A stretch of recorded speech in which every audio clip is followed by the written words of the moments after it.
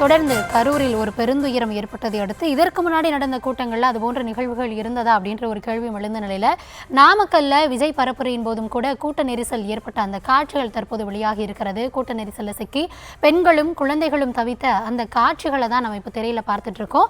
தற்போது வெளியான காட்சிகளின் அடிப்படையில தான் எஃப்ஐஆர் பதிவு செய்யப்பட்டிருக்கதாகவும் தகவல் கிடைக்கப்பட்டிருக்கிறது. நெரிசல்ல சிக்கி தவித்த சிறுவர்களை பக்கத்தில் இருந்த கடைக்குள்ள பெற்றோர்கள் அனுப்பக்கூடிய அந்த காட்சிகளை தான் இப்போ நம்ம திரையில பார்த்து கொண்டு இருக்கிறோம். இது குறித்த கூடுதல் விவரங்களோடு இணைகிறார் நம்முடைய செய்தியாளர் தங்கமணி. தங்கமணி, இந்த கரூரினுடைய இந்த பெருந்துயரத்தை அடுத்து இதற்கு முன்னாடிலாம் பரப்புரை நடந்திருக்கு, அங்கெல்லாம் இப்படி நடந்ததா அப்படின்ற ஒரு பெருங்கேள்வியை தான் எழுப்புறாங்க. ஆனா நாமக்கல்லையுமே இதே போன்ற ஒரு நெருக்கடி இருந்தது. குழந்தைகளும் பெண்களும் அவதி அடைந்தார்கள். அவங்க எப்படியெல்லாம் தப்பிச்சாங்க அப்படின்ற அந்த காட்சிகளை நம்ம பார்த்துட்டு இருக்கோம். களத்துல அன்னைக்கு நிகழ்வு என்னவா இருந்தது?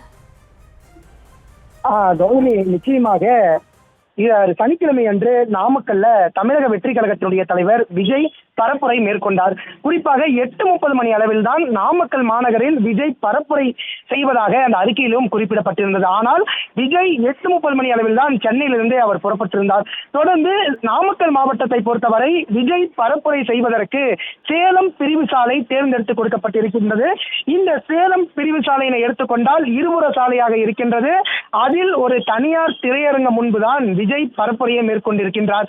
சுமார் 1.50 கிலோமீட்டர் தூரம் தாவேகா நிர்வாகிகளும் பொதுமக்களும் தொண்டர்களும் சுமார் 15,000க்கும் மேற்பட்ட நிர்வாகிகள் அணிவகுத்து நின்று கொண்டிருந்தனர்.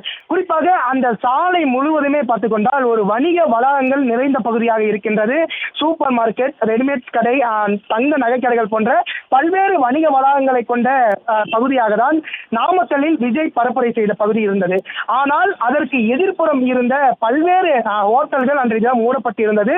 விஜய் சரியாக 1:30 மணி அளவில் நாமக்கல் மாநகருக்கு வந்து அவர் பரப்புரையை மேற்கொண்டிருந்தார். அப்பொழுது கட்டுக்கடங்காத அளவிற்கு கூட்டமானது விஜயனுடைய வாகனத்தை நோக்கி சென்று கொண்டிருக்கும் பொழுது சேலம் பிரிவு சாலை பகுதியில் இருக்கின்ற காவல்துறை சார்பில் வைக்கப்பட்டிருக்கின்ற அந்த சிக்னலுக்கு அருகில் தான் ஒரு குடும்பமே கூட்ட நெரிசலில் சிக்கி தவித்து மூச்சு விடுவதற்கே மிகவும் சிரமப்பட்டு அருகில் இருந்த ஒரு தனியார் உணவகத்தினுடைய ஷட்டரை ஓபன் செய்து அந்த குடும்பமே உயிரை காப்பாற்றுவதற்காக அந்த ஹோட்டலுக்குள் நுழைந்தது.